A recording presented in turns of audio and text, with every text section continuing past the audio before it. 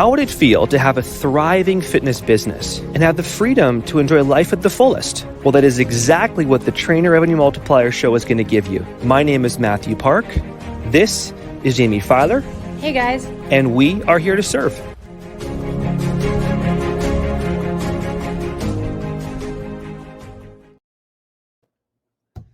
Good afternoon, good evening, good morning, whenever you're listening. It is the Trainer Revenue Multiplier Podcast. And as always, I am your host, Jaime Filer.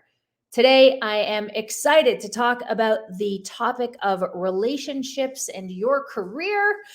And what I mean by that is when your relationship and your career intersect because you decided to hire your significant other to work for/with you. Joined with me today is my wife, Katie Filer, whom I actually hired mid-2021 when I realized I needed a little bit of help in my business, and nobody knows me or my business better than the person that I live with 7 days a week, 24 hours a day. Katie Filer, thank you for joining us on the TRM podcast. Thank you for having me. So why don't we tell people how our strategic collaboration came to be? When did you start working? Well, you do work for me. We don't really work together, but when did you start working for me and what did you start doing? Well, I believe it was, like you said, mid-2021, when you kept hiring virtual assistants who were doing a good job. They just weren't doing an excellent job. And I said, why don't you just hire me? Because you're a native English speaker, because you understand me, my business, my clientele. Mostly because I understand you and your business, because I have the insider tips that, because I simply see you every day doing it. I get that experience of listening to you, the passion you have, how fired up you get for all of your clients, whether it be personal training clients, business clients, all of the above. So I have that I get to pull from. Absolutely. So the way it started, for those of you looking for, I guess, the strategy behind it, is that I started paying Katie, Jaime Filer Fitness LLC started paying Katie $200 a month for whatever work she would get done. And what was your first task? Remind me. I think my first tasks were outgoing DMs. So sending DMs to new people who had just followed me. New followers. So essentially like copy and pasting a message to all new followers. Yep. Yeah.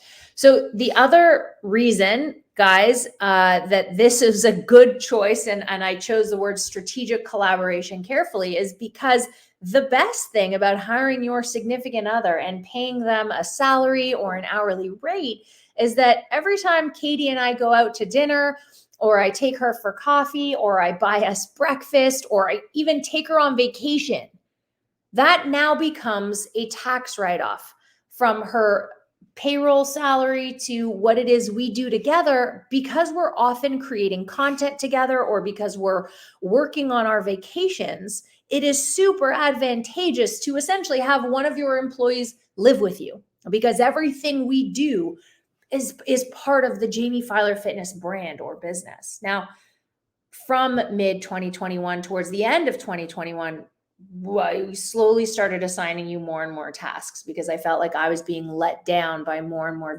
virtual assistants. So we went from just sending outbound DMs to... I took on a big role in content creation at that point. So I sat down and all of the tasks that you assign me are time wasters, essentially, we could call them. They are things that at the end of the day need to get done, however, take up a lot of time. So for example, I was perusing the internet trying to find the perfect content calendar, You did do that. Which I couldn't find. So instead I created one. So I was in charge of creating your content calendar for the month of January. And of course, moving forward, the months of 2022. And then on top of that, making sure that you're on top of your task list every day. Yep. Essentially a virtual assistant right here next to you. Yeah.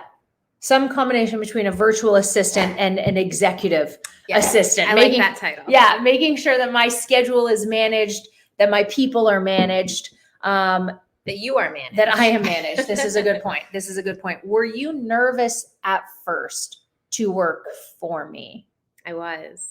Why were you nervous at first to work for me? I was nervous at first simply because we were combining a personal relationship with a professional, which is an area we had never tackled. We had never experienced a relationship that we had never learned.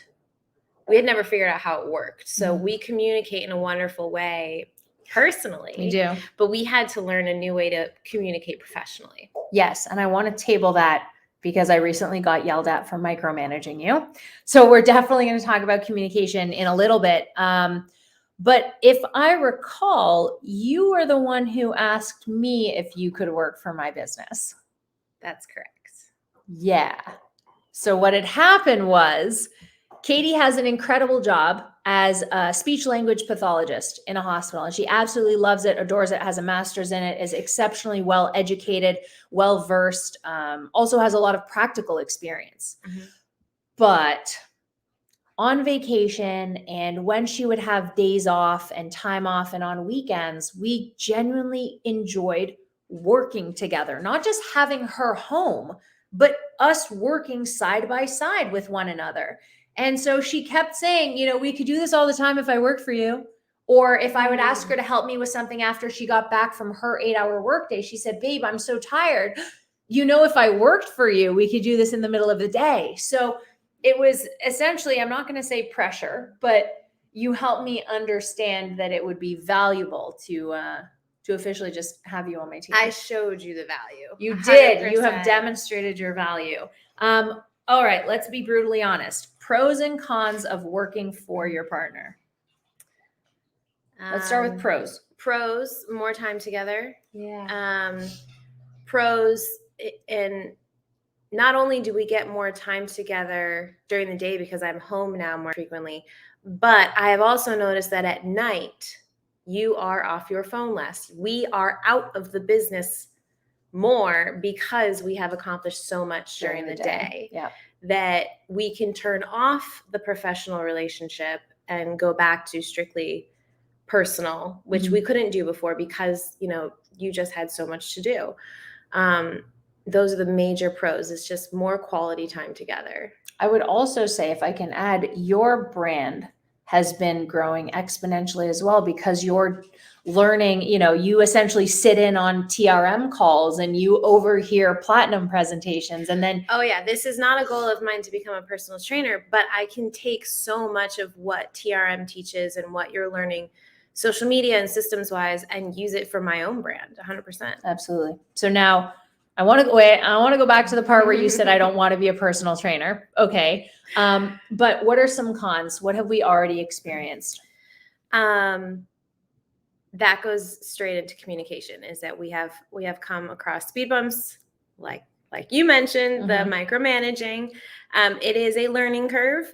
And with that comes growing pains. Sure. But honestly, there is no other major con. That's pretty much it. Right? It's pretty much it. It's been a struggle in small areas, but man, it's been really, really good in so many big areas. And I will take ownership of the micromanaging. For those of you listening, guys, we had Amanda V come on, our newest TRM apprentice, and we had her talking about the importance of SOPs, standard operating procedures, when you hire your first employee. And the truth is, I took advantage of the fact that my first employee lived with me and I had to give her very little instruction. But now we have come across this problem that she says, hey, you're micromanaging me. And I'm like, but wait, no, I'm not. I just didn't have it written down. I just did not set the expectation for, hey, Katie, when a new client comes on, this is when we accept payment.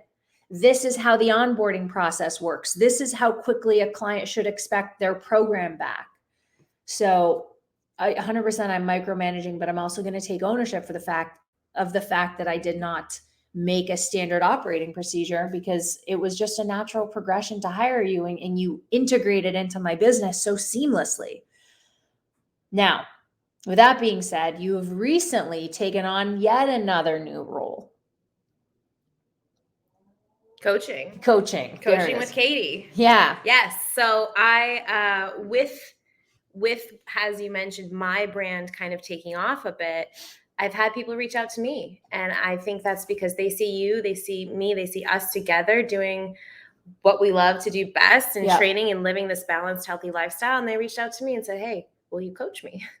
And you said yes. I said, heck yes. Well, first I tried to pawn them off on you for being honest, but then they said, no, we want you. And I said, okay, let's do it.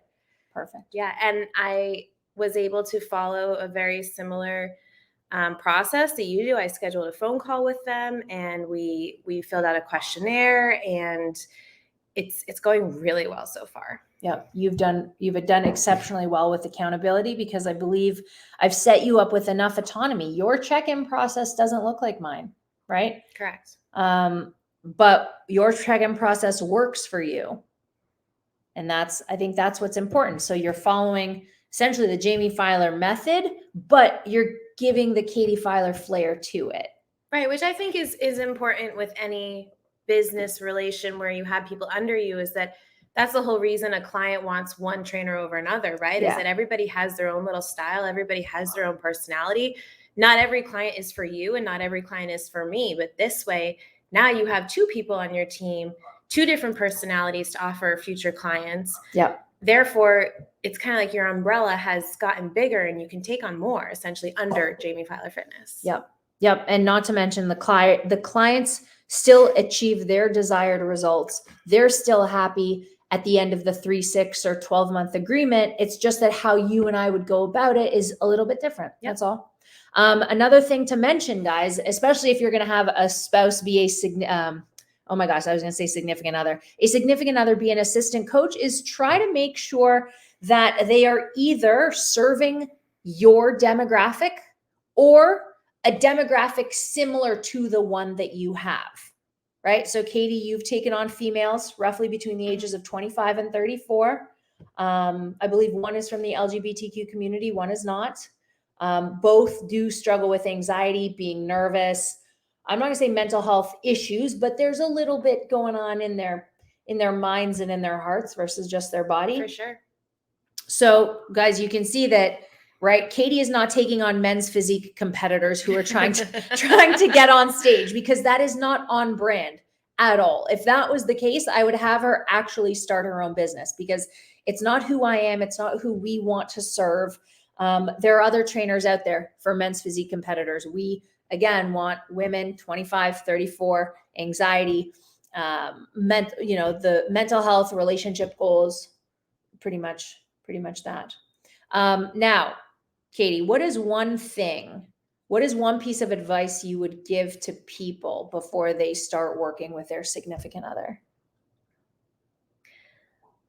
I think the biggest piece of advice I could offer is to be extremely blunt and clear with the expectations. I think that is what, as you mentioned, that was the hurdle we had to overcome, is that in the very beginning, because it was so seamless and because it will feel so fluid, that lack of very clear, cut and dry, black and white expectations, that's going to be really helpful moving forward. Yeah, I love that.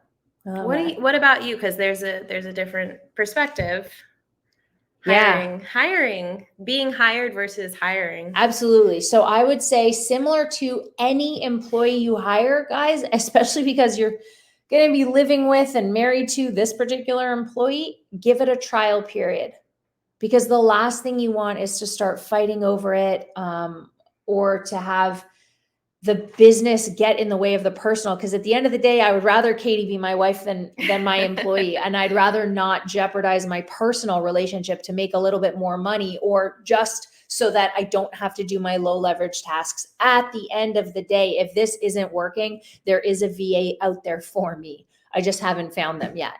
But again, I would rather Katie take over. So I think it's important to give it a trial period and say, okay, if we are not at each other's throats at the end of 3 months or 90 days, or if you believe that I'm a fair boss, or if you even like what you're doing, you can stay on. But if any of this doesn't work, then no hard feelings. We go back to being wives, and that's pretty much it. That's pretty fair? Yeah. Same page. Good. Obviously, always. The other thing I want to mention, especially, you know, in our situation, again, Katie is working for me part-time as she has her full-time, well, or now her other part-time job, is that one day she won't be working at her part-time job anymore. One day it'll just be Jaime Filer Fitness 24/7. And here's what I want to say about that from the CEO perspective, is that it is absolutely terrifying to ask your significant other, especially in the personal training industry, guys, right? Our paychecks are never the same from month to month. Katie was always the stable one. She was always the one who worked the same number of hours to bring home the exact same amount bi-weekly, you know, regardless of what holiday, what weekend, whatever. My job, my career that I've chosen has always been ebb and flow, wax and wane, right? We make a ton of money in January and then we don't make any in August. She agreed to sign up for that life. And that is so much pressure. And you have to understand that pressure, and you have to be respectful of that pressure, and you have to appreciate that pressure makes diamonds, right? I think December was one of our biggest months. I know January is going to be massive because I am left without a choice but to make this work, right? Again, to ask your significant other to give up a stable, secure, full-time job to take a chance on you, that's a huge weight on my shoulders, but it's also a weight that I'm prepared for. And it's one that I'm so happy to take on if it means that I get to spend even more time, you know, with Katie. And if I get to take her on more vacations, and we even if it means we have to work from those vacations for 1 or 2 hours a day, they still came because she believed in my business and I believed in my business. How do you feel about that? Really, really good. Yeah, right. Because I don't have a choice but to be sick. I have to make up the rest of your income right now. Yeah. Okay. All right. I'm trying to think if there's anything I missed as it relates. I guess we should talk about how to pay a significant other. Okay. Yeah, that was I guess that's another talk you're going to have and be honest and figure out exactly what. So the way we did it is we sat down and we looked at my fixed expenses. So things like car payment, insurance payment, bills, those fixed expenses. Student debt minimum, that kind of stuff. You have to sit down and essentially make a spreadsheet and see, okay, what can we get by with paying for? Yeah. The other thing it comes down to, guys, is do you currently share a joint bank account? And I'm not going to go into the nitty gritty of tax planning and financial advising and accounting. That's not what this podcast is about. But if everything you do essentially goes into the same pot anyway, then you don't have to pay your significant other, because the income they bring in goes to the main pot and the income you bring in goes to the main pot. It all goes to the same bank account. And then the bills, the electric bills, the water bills, the heating bills, the vacation bills, it all goes out of the same pot as well. And even if you don't share the same bank account, because some people don't in this day and age, if you think about it long term, my goal is to bring in more for Jaime Filer Fitness, whether that be coaching, whether that be just helping on the back end of things. My goal is to better Jaime Filer Fitness. Therefore, working together towards that same goal is going to bring in more either way. Absolutely. Totally. The other thing that you guys can do is that your business relationship can look different, right? If we look at Ross and Emily, they are also working seamlessly together, but we know that Emily is kind of the face of Strong AF, while Ross is like the wizard behind the curtains, making everything move. And that's how their business works. Right? You and I are kind of the face of my brand, but I do the coaching, but you definitely help bring people in, right? For you guys, perhaps you take on your significant other to do all things social media, or perhaps you're the one who wants to be the influencer and you get your significant other certified as a personal trainer, and then they take on all of your clients, so that all you do is the content creation portion. Guys, there's a million different combinations that you and your partner can do together to make your business work. You just have to find that balance. Find what they like to do and what they consider high leverage tasks. Find what you like to do and what you consider high and low leverage tasks, and then navigate that together. Find the balance. That's it. Anything before we close out the podcast? Are you still having fun? Are you still enjoying? Oh, yeah. Okay. And I'm looking forward to taking on more responsibility, time, all of the above. Sure. You know you're past your 3-month probation period, right? It's working for us. I'm officially hired. You're officially on the Jaime Filer Fitness payroll. I can start racking up PTO now, right? Guys, thank you so much for joining the Trainer Revenue Multiplier podcast. Thank you. We appreciate you listening. If you like what you heard, feel free to share it on your Instagram, on your Facebook. Let other trainers know if you found this information valuable. Also, make sure you subscribe on whatever podcast platform you are currently listening to us, whether that's iTunes, Stitcher, Spotify, wherever. We would love some 5-star ratings and more subscriptions. Looking forward to having you join us next week, as always, when we bring you nuggets and pearls of wisdom. And we appreciate you listening. Thanks again from everyone here at the Trainer Revenue Multiplier Show.